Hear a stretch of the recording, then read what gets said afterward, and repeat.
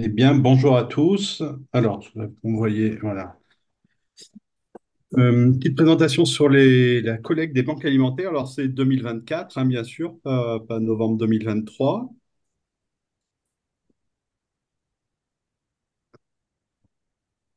Écran.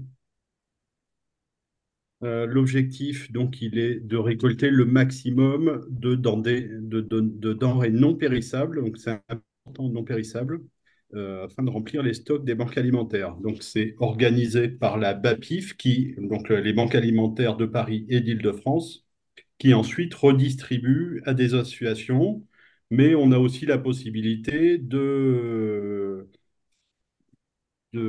collecter directement pour une association avec laquelle on pourrait être en lien proche.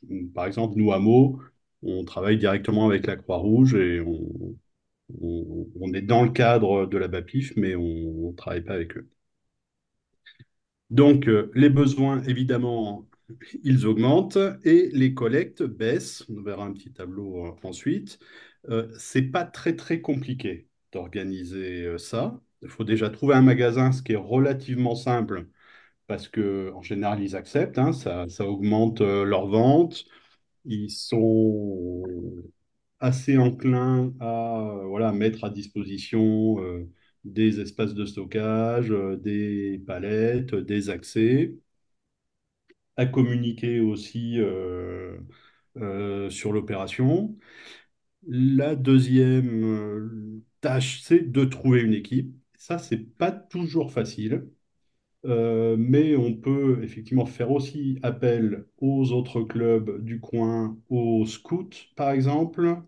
Et on a aussi des volontaires qui contactent directement la BAPIF et qui disent, ben, moi, je serais volontaire pour intervenir sur tel magasin. Donc, pour ceux qui connaissent déjà, ils reçoivent des emails comme ça. Quand on a rassemblé à peu près une équipe, il faut faire un petit doodle pour organiser le planning. C'est sur 3 jours, vendredi, samedi, dimanche. Les magasins ne sont pas tous ouverts le dimanche. C'est pas toujours facile d'avoir une équipe pléthorique pour couvrir les 3 jours. Donc, il y en a certains qui ne collectent qu'une seule journée et c'est très bien. Attends, on revient un peu, pardon, la slide précédente.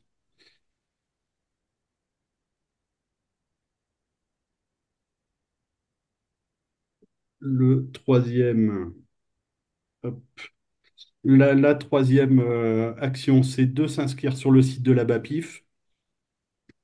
On verra tout à l'heure qu'il y a énormément de documentation, de formulaires qui sont là pour aider. Pour eux, c'est très important d'avoir ce suivi. Ça permet de ne pas être à plusieurs sur les mêmes magasins.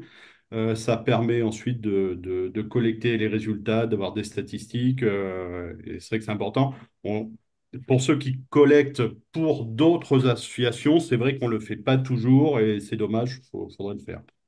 Sur le site de la BAPIF, on peut aussi commander des consommables et en particulier les cartons.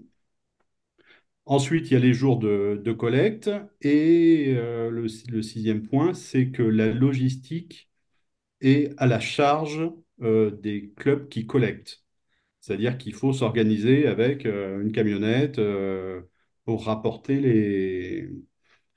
les collectes sur les sites de collecte de la BAPIF. Pour Paris Intramuros, en général, il y a la mairie qui participe, donc qui gère toute la, la logistique de la collecte. Mais voilà, c'est un point d'attention. Et enfin, le dernier que beaucoup de monde oublie, et donc bon, chaque année, il faut le rappeler un petit peu, c'est rentrer les résultats à la fin sur le site. Voilà, la slide suivante, s'il te plaît. Donc, sur le site de la BAPIF, il y a énormément d'informations. Donc, les accords avec les magasins, les autorisations parentales, ça c'est aussi important pour les mineurs. On commande les cartons. Il y a des fiches qui aident, voilà, les généralités, les cartons, les adresses, comment on fait pour palettiser la collecte, euh, comment on saisit sur le site web de la BAPIF les informations. C'est très bien expliqué, c'est très simple. Et ensuite, vas-y, tu peux passer la slide suivante. Donc voilà, quelques points d'attention.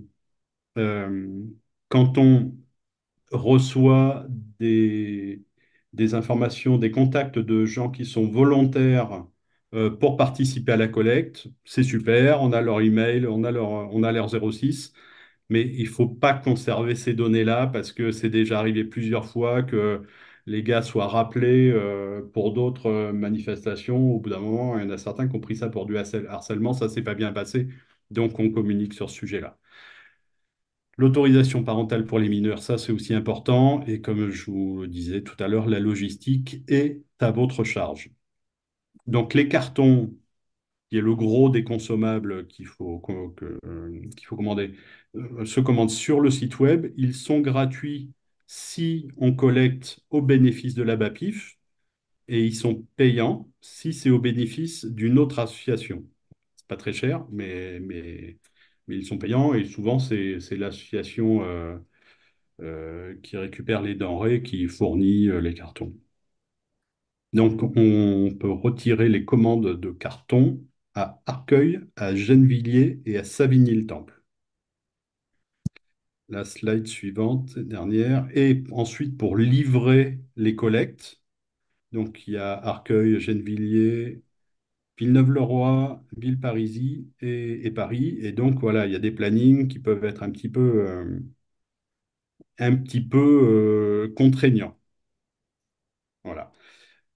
Il y a autre chose qui est fournie, c'est les sachets en plastique. Donc ça, c'est le Rotary qui les fournit. Il y a certains clubs qui font des collectes et qui disent, bah non, non, on n'en a pas besoin. D'autres qui en ont besoin. En général, on fournit un nombre de sacs qui est un peu au prorata de la collecte de l'année dernière. Voilà, est-ce qu'il y a une slide suivante? Non, j'avais un petit tableau justement avec les volumes de 2022 et 2023. Et effectivement, il y a une baisse de, je ne sais plus, 5%, quelque chose comme ça. Et chaque année, malheureusement, ça baisse. Bon, ce qui est dommage. Est-ce que vous avez des questions? Des questions simples. Oui, bonjour. Tout le monde m'entend? Très bien. Oui. Bonjour Stéphane, bonjour à tous. Quand tu parles de carton payant, enfin c'est une question, est-ce que si on choisit l'épicerie solidaire, est-ce que enfin les cartons sont payants ou gratuits là? Normalement, ils sont payants. D'accord. Merci. Gérard, par contre, excusez-moi de Oui, couper, mais ce serait bien, Gérard a mis sa main, donc si vous voulez prendre la parole, hein, si vous pouvez bien mettre votre main en haut, comme on voit qui va prendre la parole. Vous le voyez tous aussi. À toi, alors je voulais juste faire un commentaire sur ce point-là. C'est que je recommande pour ceux qui le peuvent d'aller directement prendre contact avec les épiceries solidaires de votre entourage parce que c'est un atout supplémentaire de lien avec votre environnement, plus qu'avec la BAPIF qui ne nous donne pas un énorme payback en termes de communication. En revanche, les associations épiceries solidaires, vous avez un lien direct avec la population autour de chez vous et ça me semble être absolument majeur dans ce genre de choses. La seule façon de, entre guillemets, pour nous d'être rétribués, c'est d'avoir de la visibilité sur ce que l'on fait pour aider. Et Dieu sait si on aide beaucoup à cette ramasse. Didier. Ouais, c'est vrai que ils sont pas forcément super super forts en communication, la BAPIF, et encore moins en retour de communication à notre bénéfice. Bon, par contre, ils sont assez présents pour aider. Comme je vous disais, il y a beaucoup d'infos sur le site. Moi, je suis coordinateur, donc on m'appelle, j'aide, même si je ne cache pas que professionnellement, en ce moment, je suis assez occupé et je ne suis pas et je suis dans le sud de la France. Mais il y a aussi les équipes de la BAPIF qui sont assez facilement joignables et qui aident très volontiers pour des informations ou de l'administratif. Didier? Oui, juste un petit mot, il ne faut pas oublier que effectivement les épiceries solidaires touchent l'Oise, tout ce qui est Oise, qui ne dépendent pas de la BAPIF. Donc les clubs, Compiègne, etc. sont sur l'Oise. Et la BAPIF ne traite que l'Île-de-France. D'ailleurs, quand vous irez sur le masque de la BAPIF pour choisir le magasin, vous Hmm. n'aurez que les départements de la grande couronne et la petite couronne parisienne. Absolument. Et donc, on soutient quand même des collectes dans l'Oise en fournissant Ah, des... c'est sûr, c'est sûr. Oui, oui, tu as raison. C'est vrai, c'est vrai. Nathalie? Oui, bonjour. Concernant les magasins, est-ce qu'il y a un moyen de savoir les magasins qui n'ont pas fait l'objet de collecte après parce que nous, on recherche un autre magasin, donc on fait un petit peu le tour, mais est-ce qu'il y a un moyen de savoir les magasins où il n'y a jamais eu de collecte, par exemple? Alors, il y a moyen de savoir les magasins qui sont déjà réservés. Et comment? Ça, je peux le demander, je peux demander à ce qu'il me fasse une extract des bases de données à la BAPIF. D'accord. Donc sur le secteur de Villiers-sur-Marne, le Plessis-Révis, est-ce qu'il y a moyen de savoir, voilà, les magasins qui sont déjà occupés Ouais, et ok. ouais, même les années précédentes, par exemple? Ouais, ouais. De toute manière, quand on fait une collecte une année, le magasin, il est réservé l'année suivante pour le club qui collecte. Jusqu'à Mhm. une certaine date, il est réservé dans le site web, dans le logiciel, jusqu'à une certaine date. Et ensuite, il est libéré. Mais envoie-moi un petit mail et puis je te trouve D'accord. l'information. Merci. Josette, encore, tu redemandes la parole? Oui, bah oui, parce que avec Nathalie, on est dans le même club et c'est vrai que j'avais déjà posé cette question à Stéphane, mais je voudrais quand même rebondir. Est-ce que même les autres associations style Lyon seront sur cette liste ou c'est Oui, uniquement les Rotary? Bien sûr, bien non, non, sûr. non, non. Non, non. Quand vous allez aller sur le site de la banque alimentaire, quand vous allez trouver, au moment où vous allez ouvrir le calendrier, il y a les 3 jours de collecte qui sont possibles. Ils seront indiqués par 3 petits ronds, 22, 23, 24. Si le rond est barré, c'est qu'il y a a priori, même sans que le magasin le sache, une réservation qui a été posée sur ce magasin-là. Donc, effectivement, il faut vous rapprocher de Blanche pour qu'elle vous sorte éventuellement les disponibilités. Elle l'a fait pour moi, avec déjà encore quelques petits conflits. Donc, c'est vraiment la BAPIF qui est au-dessus de tout ça et qui vous indiquera les disponibilités de magasins. Hein. Je me rappelle plus de la date de libération des magasins, mais ça doit être en ce moment où ça a Oui, dû oui, c'est ça, ça tu as doit être raison. en C'est octobre. quasiment un mois avant la collecte.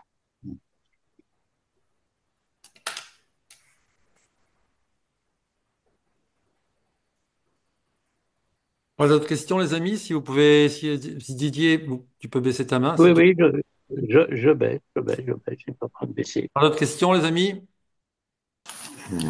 Stéphane, si tu veux Ah, Jean-François, à toi. Oui, bonjour. Tout à l'heure, je voulais rebondir sur les cartons avec les épiceries solidaires. Est-ce qu'il y a des épiceries solidaires qui ne sont pas agréées, entre guillemets, BAPIF? Et dans ce Oui, cas-là, les cartons qu'on achète, on n'a pas besoin de les acheter, ça.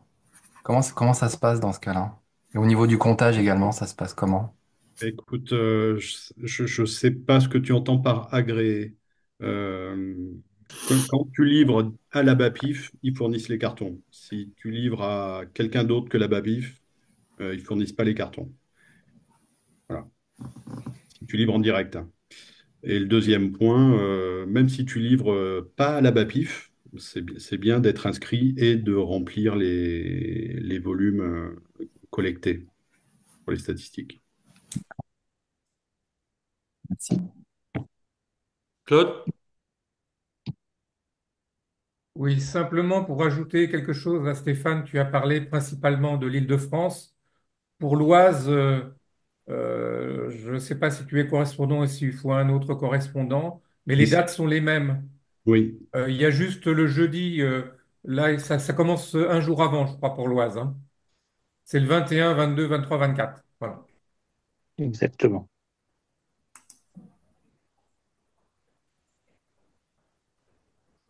Didier, tu veux les reparler? Oui, juste une petite seconde. Euh, Concernant les bilans qui vont être fournis à la BAPIF, on est tenu maintenant de donner les horaires, le nombre d'heures consommées, entre guillemets, par les volontaires. Ça doit rentrer dans le PIB de la France. Vous avez intérêt, quand vous allez faire votre tableau de mise à disposition et de vos amis qui vont vous donner un coup de main, dans une colonne supplémentaire de vos tableaux Excel, vous marquez le temps de présence de façon à ce qu'on puisse savoir quel est le nombre total d'heures qui ont été consommées pour cette collecte pour le club. Voilà, c'est tout.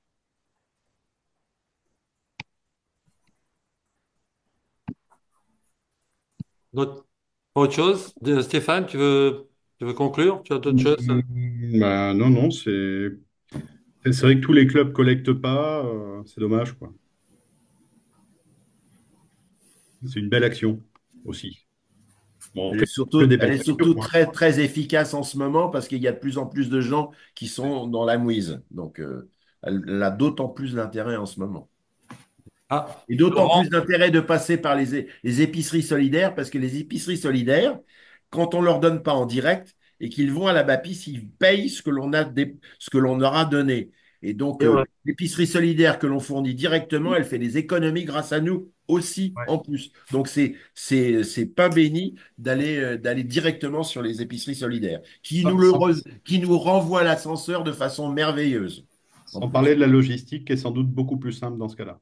Ben, en plus, ils viennent chercher, la plupart du temps, ils viennent chercher eux-mêmes.